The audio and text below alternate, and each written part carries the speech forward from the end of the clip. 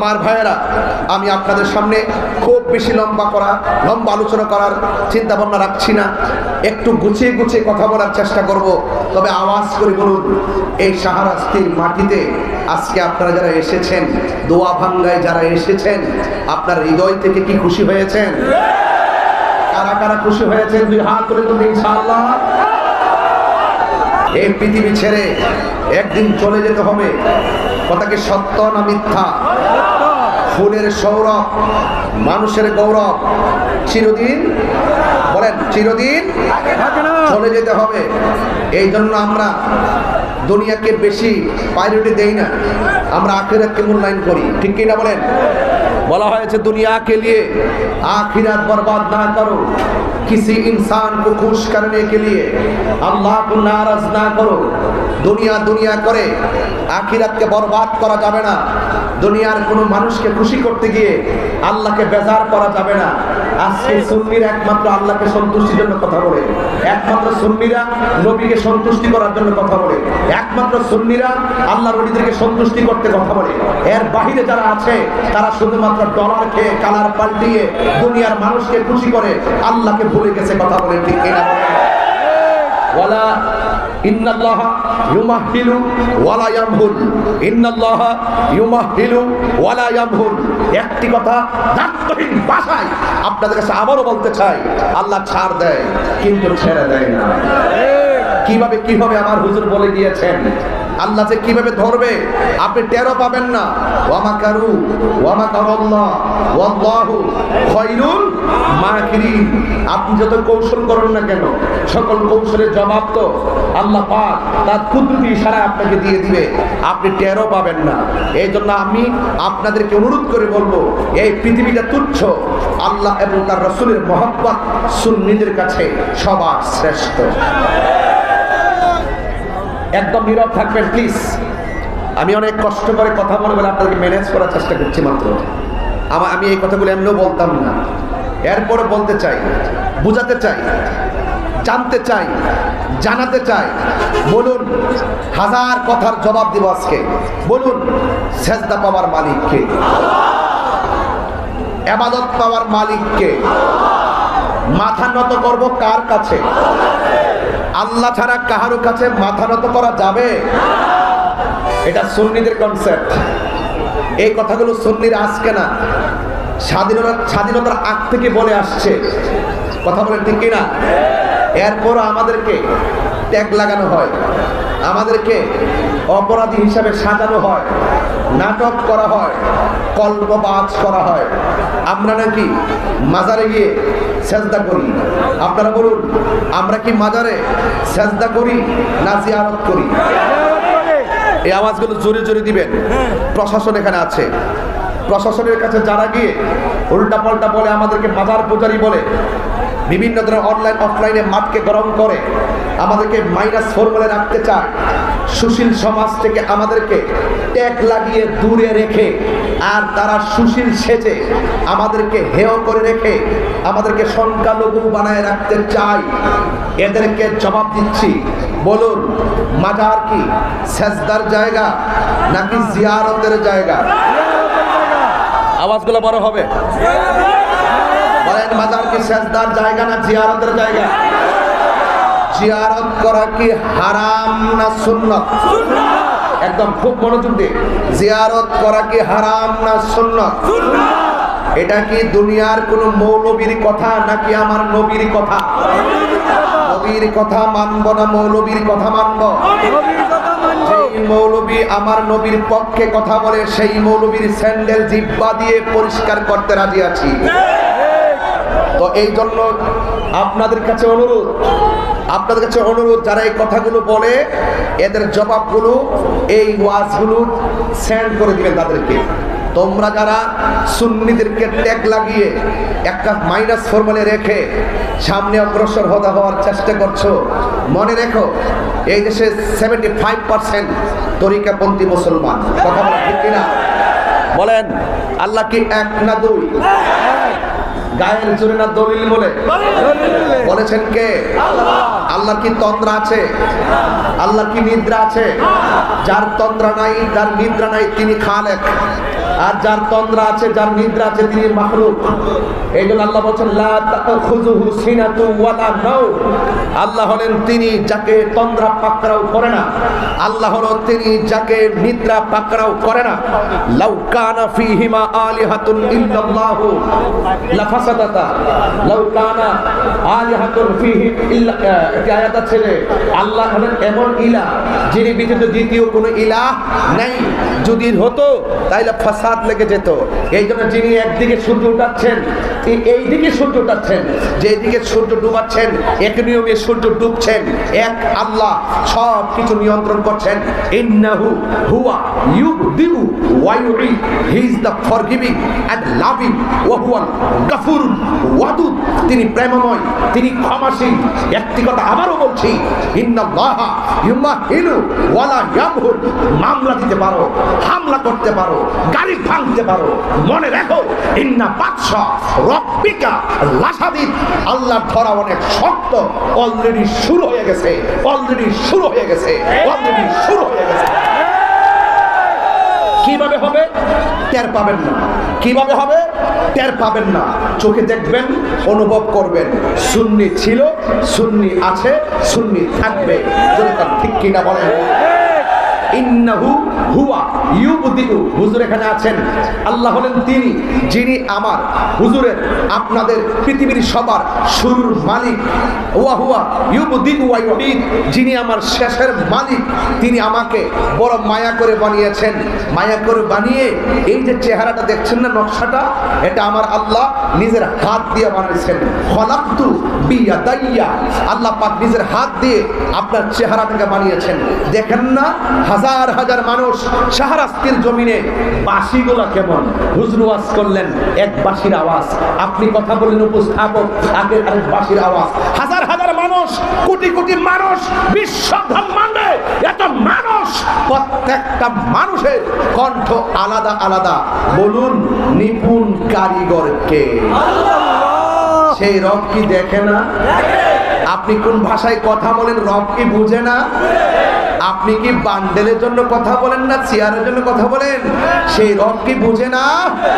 এই জন্য সুন্নিরা এক আল্লাহকে সন্তুষ্টি করতে কথা বলি, কথা বলেন ঠিক না? আমার নবীজিকে আমরা জানের চাইতো বেশি, মার চাইতো বেশি ভালোবাসি, বাবার চাইতো বেশি ভালোবাসি। আমার রাসূল বলছেন ওয়ান নাসি আজমাইন, সব মানুষের চাইতে আমি নবীকে ভালোবাসতে হবে, তাইলে তুমি ইমানদার হবে। ইমান ছাড়া নামাজ পড়বেন, এই জায়গার মধ্যে কর ফালাবেন, নো বেনিফিট। আপনি যত কাজই করেন কোনো উপকারে আসবে না। ইমান ছাড়া আপনি কপালে কালো দাগ ফেলেন, সেজদা দিতে দিতে কোনো লাভ হবে না। কারণ আল্লাহ ঈমানা লিমাল্লাহ মুহাব্বাতাল্লাহ, আল্লাহ পাকের হাবিব বলছেন ততক্ষণ তোমরা ইমানদার হবে না যার ভেতরে আমি নবীর মহব্বত নাই, তার ঈমান নাই। যার ঈমান নাই তার নামাজের দাম নাই, যার ঈমান নাই তার রোজার দাম নাই, যার ঈমান নাই তার হজের দাম নাই, যার ঈমান নাই তার যাকাতের দাম নাই, যার ঈমান নাই তার জিন্দেগীর দাম নাই, যার ঈমান নাই তার বন্দেগীর দাম নাই, যার ঈমান আছে তার বন্দেগীর দাম আছে। কথা বলেন ঠিক কিনা বলেন? এই জন্য সুন্নিরা সর্বপ্রথম ইবাদতের সবক দেওয়ার আগে ঈমানের সবক দেয়, ইবাদতের সবক দেওয়ার আগে মুহাব্বতের সবক দেয়। আর ওলি আল্লাহর দরবারে যখন যাবেন দেখবেন আপনাকে ইবাদতের সবক দেওয়ার আগে আপনাকে আদবের সবক দেয়। কেন দেয়? কেন দেয় আদবের সবক? এই জন্য দেয় 9.5 লক্ষ বছর ইবাদত করার পরও তার সারা জীবনের বন্দেগী বরবাদ হয়ে গেছে একমাত্র হাবিবুল্লাহ নূর মুবারককে অস্বীকার করার কারণে আর আল্লাহর অর্ডারের নাফরমানি করার কারণে। এই জন্য যেহেতু বিয়াদবি করলে সব কি হয়ে যায়? ধ্বংস হয়ে যায়। আরে আদম আলাইহিস সালাম গন্ধমের কাছে গিয়েছে, অনুতপ্ত হয়েছে, রব্বানা যালামনা আনফুসানা ওয়া ইল্লাম তাগফির লানা ওয়া তারহামনা লানাকুনান্না মিনাল খাসিরিন। তিনি অনুতপ্ত হয়েছেন আল্লাহ পাকের নবী হিসেবে, আল্লাহ পাকের কাছে তিনি যেভাবে ছিলেন সেইভাবে আল্লাহ পাক কাছে টেনে নিলেন, আল্লাহ পাকের কাছে অনুতপ্ত হয়েছেন। আর বিয়াদব যারা তারা ভুল করলো অনুতপ্ত হয় না, এরা বিয়াদবি করলো অনুতপ্ত হয় না। এই জন্য অনুতপ্ত হওয়া এটা আদম আলাইহিস সালাম সালাম আমার বাবার খাসিয়ত, আর অনুতপ্ত না হওয়া ইবলিসের খাসিয়ত। এখন বলুন, আমরা কি ইবলিসের দলে নাকি আদম আলাইহিস সালামের দলে? রাজি না, রাজি না, রাজি না? এই জন্য আমার ভাইয়েরা, এই জন্য আদবটাই হলো সবচাইতে বড় সম্পদ। আজকের এই মাহফিলে আমি যতটুকুই কথা বলছি, বলার চেষ্টা করছি আপনাকে শুধুমাত্র আদব শেখানোর জন্য। সুন্নিরা কখনো বেআদব হয়? ভাই আমার সাথে কি গজল পড়তে পারবেন ইনশাআল্লাহ? পাইলে নিরালাহি গো নবী, পাইলে নিরালাহি গো নবী, আহা দুই কদমে চুমু খাবো,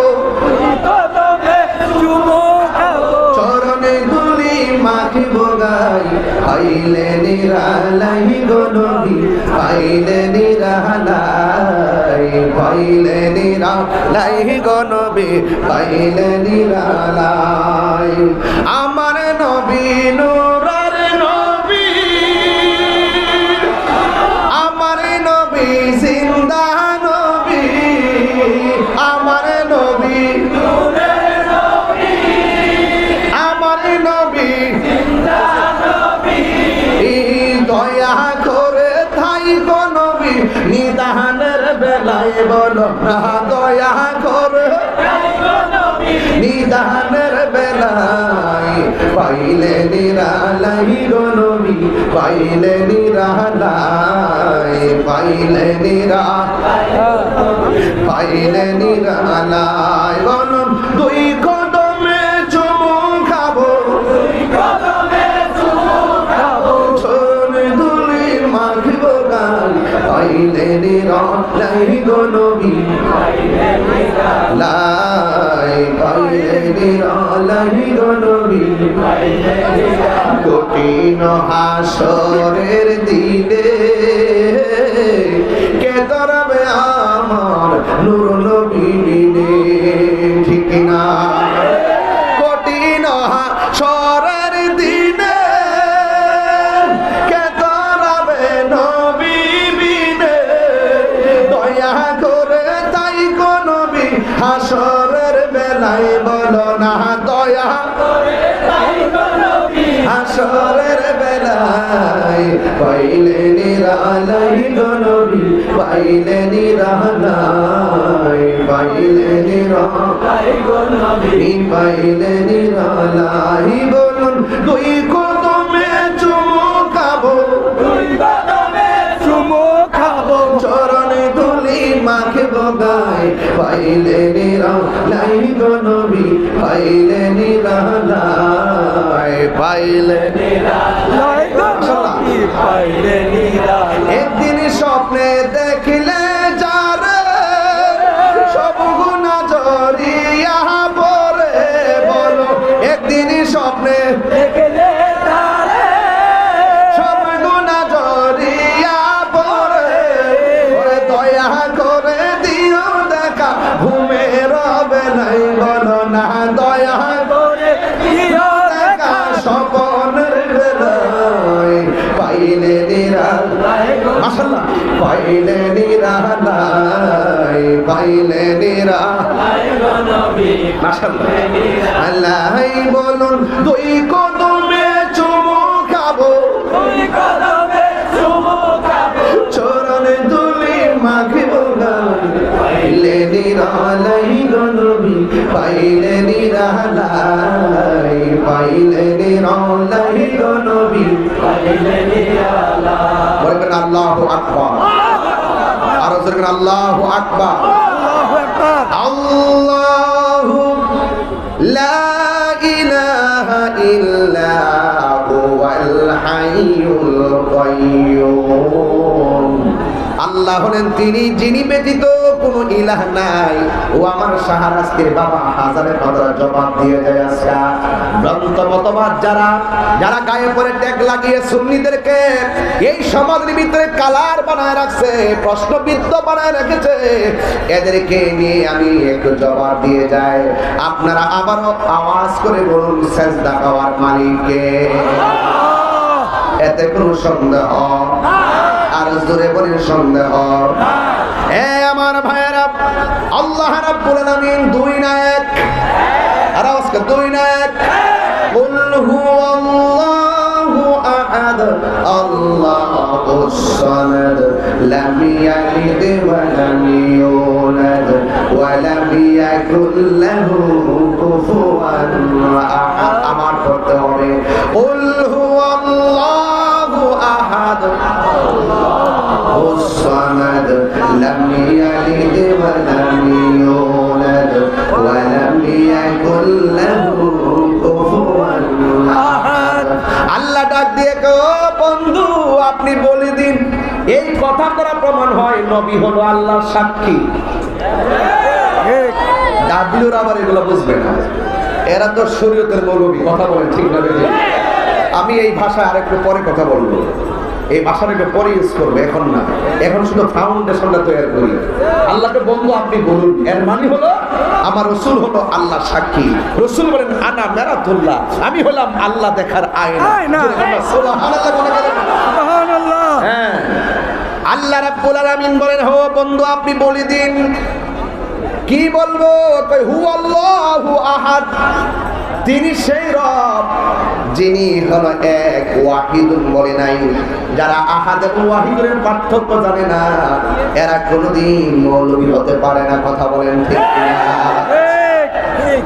আমার ভাইয়েরা, এরপরে বলছি কি আল্লাহুস সামাদ, আল্লাহ হলো অমুখাপেক্ষী। আমি আপনি কাহার কাছে যাওয়া লাগে, আমার আল্লাহ কাহার কাছে যাওয়া লাগে না, চাওয়া লাগে না। আল্লাহ হলো অমুখাপেক্ষী, লাম ইয়ালিদ ওয়া লাম ইউলাদ। আল্লাহ রাব্বুল আলামিন কাউকে জন্ম দেয় নেই, আল্লাহ পাক কার ঘরে জন্মগ্রহণ করেনি। এরপরে লাস্টের আয়াতের মধ্যে চমৎকার ভাষায় বলে দিয়েছেন ওয়া লাম ইয়াকুল লাহু কুফুয়ান আহাদ। আল্লাহ হলেন তিনি যার সমকক্ষ পৃথিবীর কেউ, আল্লাহর সমকক্ষ পৃথিবীর কেউ আছে? আল্লাহর সমকক্ষ পৃথিবীর কেউ নাই। এই জন্যই আল্লাহ রাব্বুল আলামিন কুরআনুল কারীমের মধ্যে বলে দিয়েছেন আমি আল্লাহ হলাম তিনি, যিনি সব বানাইছে। আমার সব আমি আল্লাহ লয় করে দিব। সব আমি আল্লাহ বানাইছি, সুন্দর করে সাজাইছি। আবার এই পৃথিবীটাকে আমি শেষ করে দিব। আল্লাযী খলাকাকা ফাসাওয়াকা ফাআদালাক। আল্লাহ এই পৃথিবীটাকে সুন্দর করে সাজাইছেন, সন্নিবেশিত করে দিয়েছেন। এত সুন্দর গাছ আল্লাহ বানাইছে যে এই গাছের নিচে আমরা ছায়া গ্রহণ করি। এত সুন্দর নদী নালা বানাইছে, এই নদীর মধ্যে আমার আল্লাহ আমাদের জন্য অনেক রিজিকের ব্যবস্থা করেছেন। পানি ছাড়া যেমন করে মাছ বাঁচে না, ও যুবকের দল, মানুষের ভিতরে একটা কাল বাঁচে, এই কালটা জিকির ছাড়া বাঁচে না। আমরা গায়ের জোর করার জন্য আমরা খাবার গ্রহণ করি, আর আমাদের ভিতরে যেটা কলব আছে, গোশতের টুকরা আছে, আমরা একটা গুনাহ করলে সেই গোশতের টুকরার মধ্যে কালো দাগ পড়ে যায়। দুইটা গুনাহ করলে কালো দাগ পড়ে যায়, তিনটা গুনাহ করলে কালো দাগ পড়ে যায়, চারটা গুনাহ করলে কালো দাগ পড়ে যায়। ও যুবক, আমার নবী বলেন এই গোশতের টুকরাটা সুস্থ থাকলে, ভালো থাকলে বডিটা ভালো থাকবে, আর টুকরাটা পছন্দ হয়ে গেলে অল বডিটা পছন্দ হয়ে যাবে। এই জন্য গিজাউল কালবে জিকরুল্লাহ। মাছ যেমন করে পানি ছাড়া বাঁচে না, জিকির ছাড়া একটা প্রেমিক ভালো থাকতে পারে না। কথা বলেন ঠিক কিনা? ওরে আল্লাহর দরবারে জিকির আছে না নাই? এই জিকির নিয়ে অনেক ধরনের ফাইজলামি করে এমন মানুষ সমাজে আছে না নাই? এই জিকিরগুলোকে কেটে সেটে বিভিন্ন ভাবে উপস্থাপন করে সুন্নিদের বিরুদ্ধে অবস্থান নিয়ে চলতে চাই। কিন্তু আমরা যারা সুন্নি রয়েছে আমরা বোঝাই দিয়ে যাই আমাদের জিকির ছিল, জিকির আছে, জিকির চলবে। এরপরও জিকির বন্ধ করা যাবে না, পাঁচান পাঁচ জিকির লাগবে, হালত অত্যন্ত চমৎকার হওয়া লাগবে। আল্লাহ রাব্বুল আলামিন কোরআনে বলেন ফাযকুরুনি আযকুরকুম ওয়াশকুরুনি ওয়ালা তাকফুরুন। আল্লাহ বলে ও বান্দারে তোমরা আমারে স্মরণ করো, আমি আল্লাহ তোমাদেরকে স্মরণ করব। আমরা আল্লাহকে স্মরণ করি না, আমাদের ঠিক কি না? এত হইচই করেন আপনারা ওয়াজে, এত কথা বলেন আপনারা, আমি শুধুমাত্র ধৈর্যের সাথে কথা বলতেছি, এত কথা বলতে পারেন? আশ্চর্য। জবান বন্ধ রাখেন, শরীর নড়াচড়া করেন, অসুবিধা নাই, জবানকে বন্ধ রাখেন। সব মাহফিলকে সবভাবে দেখবেন না, নীরব থাকেন, আওয়াজ করবেন না প্লিজ। আমরা স্মরণ করব কাকে? আল্লাহকে। শুধু আওয়াজ হবে কাকে? আরো জোরে কাকে? আল্লাহ বলে তোমরা যদি আমাকে স্মরণ করো আমি আল্লাহ তোমাদেরকে স্মরণ করব। আমরা আল্লাহকে স্মরণ করি নামাজের মাধ্যমে, আমরা আল্লাহকে স্মরণ করি রোজার মাধ্যমে, আমরা আল্লাহকে স্মরণ করি ইবাদতের মাধ্যমে। এবার আল্লাহ যে বলল আমাদেরকে স্মরণ করবে, তাফসীর খুললা দেখেন, আযকুরুকুম আইবির রাহমাতি ওয়াল মাগফিরা। আল্লাহ যে আমাদেরকে স্মরণ করবে কেমনে জানেননি? আমরা আল্লাহকে স্মরণ করব ইবাদতের দ্বারা, আর আল্লাহ আমাদেরকে স্মরণ করবে আমাদের গুনাহগুলো মাফ করে আল্লাহর রহমতের দ্বারা। আল্লাহু আকবার, আল্লাহু আকবার। ফাবিআইয়ি আলা'i রাব্বিকুমা তুকাযযিবান।